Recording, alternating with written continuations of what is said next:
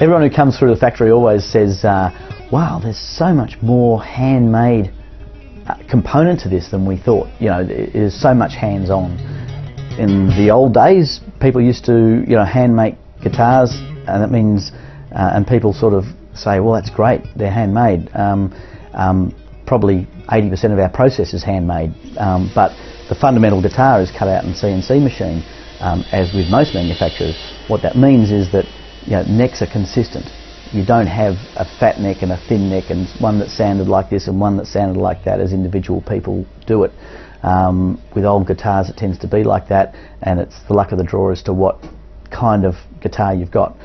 These days guitars are very, very consistent, but the actual timbre itself, two different bits of timber sound different, you know, even if they're the same species, and then when you get different species they sound very different, which is why you need to play the guitar, find one that that just works for you.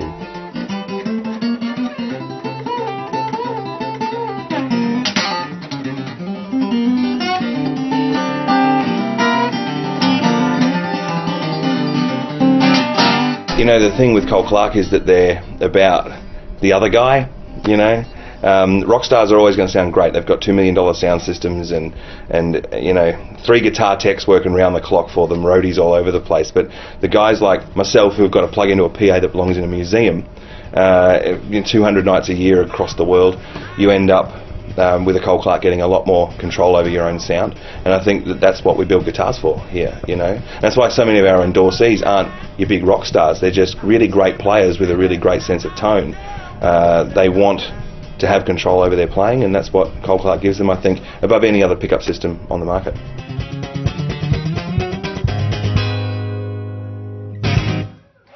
Today we're going to have a look at a particular model we're doing. It's a limited release model with a clinky top, which is a Queensland timber. It's got a Tasmanian blackwood back and sides. It's got a Queensland maple neck, Indian rosewood fretboard and a blackwood fascia. So it's a really nice guitar. It's got a blackwood arrow rosette, so it's got a particular look to it.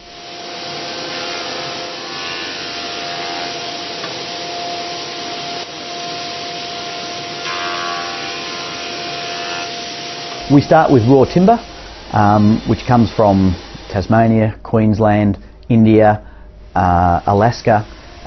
We start with that raw timber. We cut that up from, in many cases, logs or cut pieces of quarter sawn timber. We cut that down into the sizes that can be machined on the CNC machines. It then gets it goes on the CNC machines and cut into the components of the guitars. That is necks, bridges, fretboards, faces, sides, backs.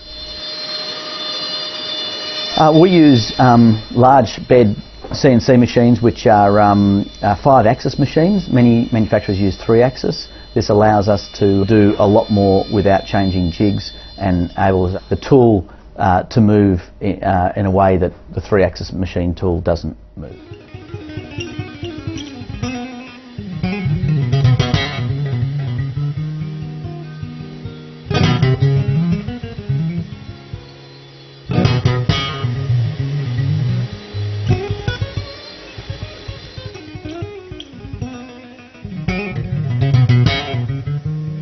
Once a component is cut, it's got to be prepared to go on the guitar. So we might have a face cut, but it needs to have the rosette round the sound hole put on. It needs to have an outer face line put on. So those features get the slots for the inlays to go in. They're cut on the CNC machine, but then by hand we've got to glue all those parts in, and that's preparing the component for assembly. The next thing that goes on is that the guitar gets built. So we put the body together. We've got a patented method of putting that together using the integral neck system, which actually, in our case, puts the neck onto the body at the same time. Most people build the body and then they attach a neck to it. We actually build the body with the neck attached to it all at the same time. So we end up with the neck on at the right angle, attached to the face, attached to the sides, attached to the back, all in one piece, ready to go to final assembly. Sound-wise, we feel the transference of sound is absolutely first-rate when you have the integral neck.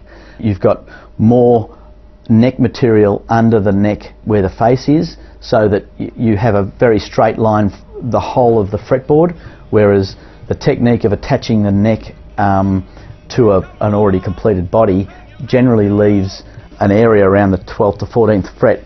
That becomes a bend point, so that you might have a flat bit of fretboard on the body, but the neck, you know, as it moves, it gets older, takes off at a different angle, and then to fix that is quite difficult.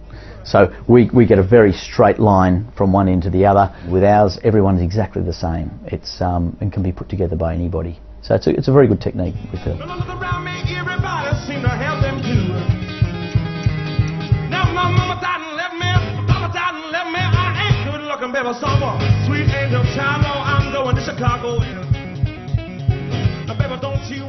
Once that's happened, we've got the neck on the guitar. It goes up to body sanding. It gets sanded down, ready for paint. The binding gets put on if it's a guitar with binding. The fretboard gets put on. The frets on the fretboard are prepared earlier, and so that's ready then to go to the paint shop.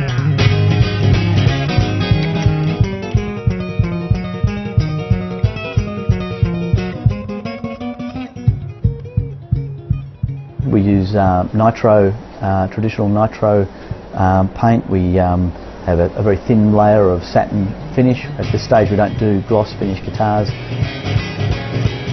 When you put gloss on a guitar, it deadens the sound. It stops this guitar from vibrating. Sound is vibration, and the more you do to stop that vibration, the less open the guitar is.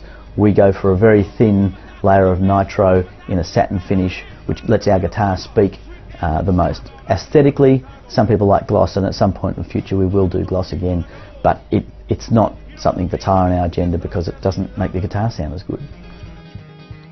The final part is that the bridge gets glued on, and then the machine heads get put on, the guitar gets set up, the nut gets put on, the bridge saddle gets put on, the pickup gets installed if it's got a pickup. So from the setup shop comes the final guitar. So the guitar goes down to dispatch, where we do a final quality check, so it gets someone outside the manufacturing section to do a quality check who's not been too close to the guitar right the way through, so they're very independent look at it. You know, we look for blemishes, for angles, for anything that might have gone wrong in production. Unless it's right, it doesn't go out.